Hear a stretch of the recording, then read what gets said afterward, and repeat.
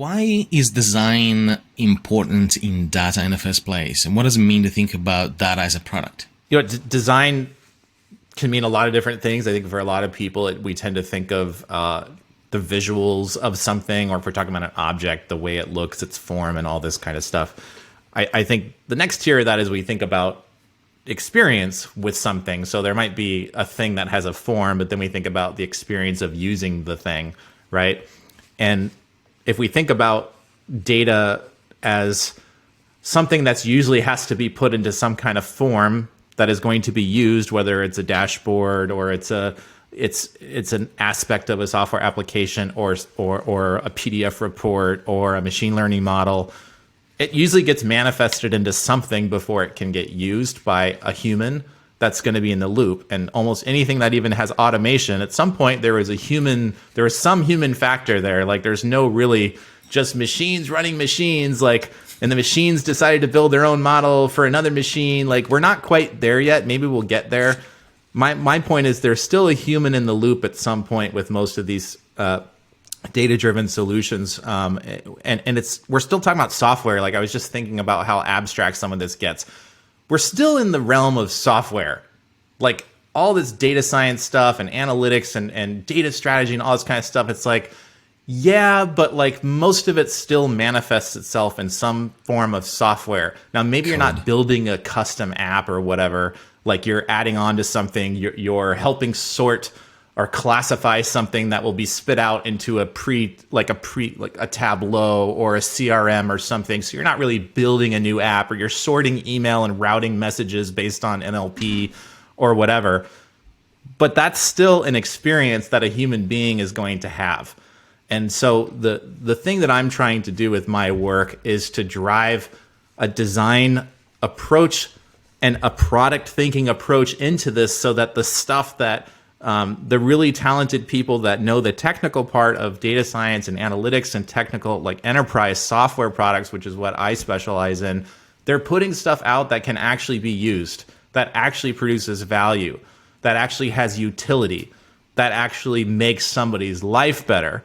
What do I mean by that? I mean, and I'm talking mostly to like the enterprise crowd here, where I think we're working on internal solutions for internal stakeholders, and we're not necessarily building data-driven solutions for external buying customers.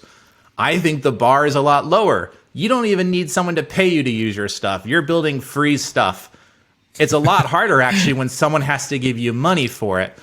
So part of my answer to your question about product is, I think the product mindset, if you really want to boil it down to, is how good would your solution, the thing you're making, the dashboard, the model, the whatever the thing is, how good it would have to be for someone to pay for it?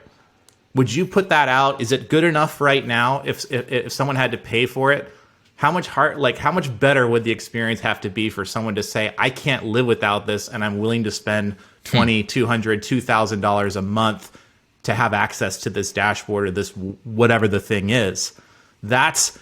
And thinking about it as a product and not a project that has an endpoint to it, but rather this product is the manifestation of something that's about solving a recurring problem. It might exist all the time, which is like, which sales leads should we call next? I have a sales force of 5,000 people. Who should they be calling? That problem doesn't just go away all of a sudden. It's like a latent problem. You can get better at it. You can improve the solution. But a product mindset would be thinking about owning that problem space, which maybe has multiple touch points. Maybe you built an app to help them with something. Maybe you help sort a call list using some machine learning model that predicts who was most likely, the propensity model to buy something. It has all these different outputs, technical projects, widgets, models, things, applications, reports, but someone owns the problem space, and they might think of that as like a product, the way a modern software team would think of that as a data product. So that's kind of what I mean by that. And the design part is really about acknowledging that there are still humans in the loop, and the human interaction piece is where projects can go to die because they're too hard to use. The value is invisible. They solve the wrong problem. Most of the time, the problem is not well understood. In my experience, a lot of the times the reason solutions aren't good is that the problem space is not well informed, because the person making it doesn't really understand what it's like to be the person who's using it. They haven't done any research. Exactly. No research, no ethnography. They haven't spent 2 hours seeing what it's like to be the accountant who runs the TPS report every quarter to know what that experience is like. Actually feels like, it feels like, what's frustrating about it. Not to mention, like, kind of level 2, which is, man, maybe I could also be looking for opportunities for my data team to make that experience better for this person who doesn't know to ask me to build a classifier to do whatever. They don't have the vocabulary, and they shouldn't need to care about that at all. But this is why UX research is such a big part of modern software companies. Is we're out problem hunting. We're out there finding opportunities. And so instead of being a reactive data science team or a reactive analytics team, which is, we take the orders at McDonald's and serve them out the window, next car. No, this is like, we're going out to figure out what people actually need. And yes, we're still solving inbound inquiries, but now that we know what it's like to be this accountant or this salesperson or whoever it is that we are there to help, now we can start to see things like, easier, why are you doing it that way? We could do this. We could give you a thing that will do that. We can classify all this, like, you're typing in doctor's notes into this iPad. It's like, well, we could probably tell you what the theme of all these notes are for all these patients so that you don't need to copy and paste them between this machine and then fax them to this place, classic US healthcare. Like, we can start to see opportunities. Classic and now healthcare. we're being a strategic partner now instead of being, I hate to say it, like drive-through order fulfillment. Like, you send us a ticket, we'll build you a whatever. And I don't know what it's used. I mean, I hear this in my seminar all the time. It's like, they have no idea why someone is asking for this thing.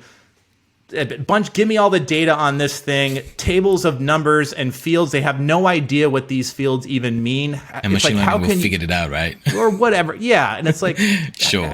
You can't be a partner. And it's like, a lot of the leaders I talk to, they want to be a, quote, strategic partner to the business. And it's like, then you need to spend more time understanding the problem space and stop spending all the time building outputs. It's outcomes that people want, not outputs. And most of the time is spent building things that don't get used. So that's my mission, is to try to design, I think, can help with this.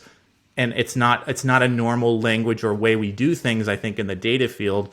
I feel like, why can't that not exist here? And so my mission, it selfishly is really to drive more design in the world, but specifically with the data audience, because ultimately, I think, especially now with machine learning and AI being more and more prevalent, these people are also the ones that are going to impact the world and the culture and the society that we live in.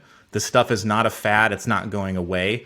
And so if I can have a small part in influencing that, even if it's for someone working in an insurance company or a whatever company, they may not be there the rest of their life. But if I can get those people thinking about the human factors involved and not just looking at your thing as like, I built this model and I published a paper about it and I have no idea how it's affecting the users or even the downstream people who are affected by the decisions made by the actual users. Like, you think about criminal justice and all these kinds of things and ethical reasons. Yes, I want, if I can get data practitioners and leaders to be thinking at a much higher level about the impacts they're having on people's lives, that can be good for business. It's also good for ethical reasons. It's good for society.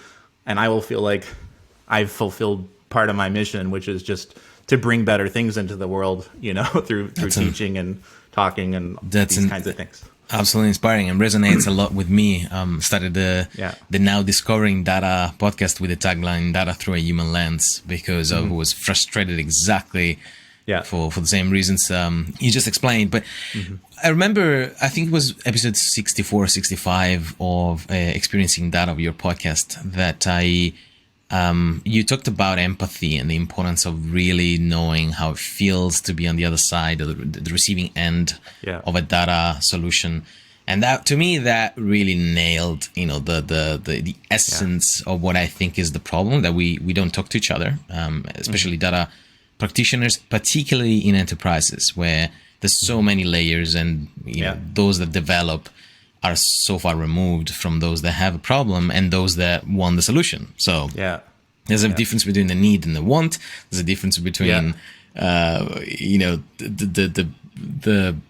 the business and the technological requirements or the architecture that you need to move data around. And so at some point someone will complain and say, hey, we can't do our modeling because we don't have data. Okay, so the problem is tech. So we got to figure out how to, bring a new tech stack together. And all of a sudden the conversation becomes technology. And we seem to forget completely the fact that there's going to be a user, being a human or a bot, but particularly a human, consuming that data.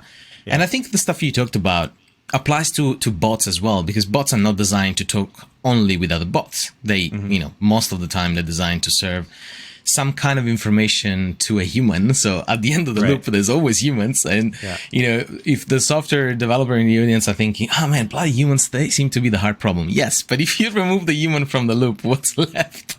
A bunch of silicon chips. So, we got to stick with these humans. Well, and the other thing I'll say about to pick on enterprises for a second,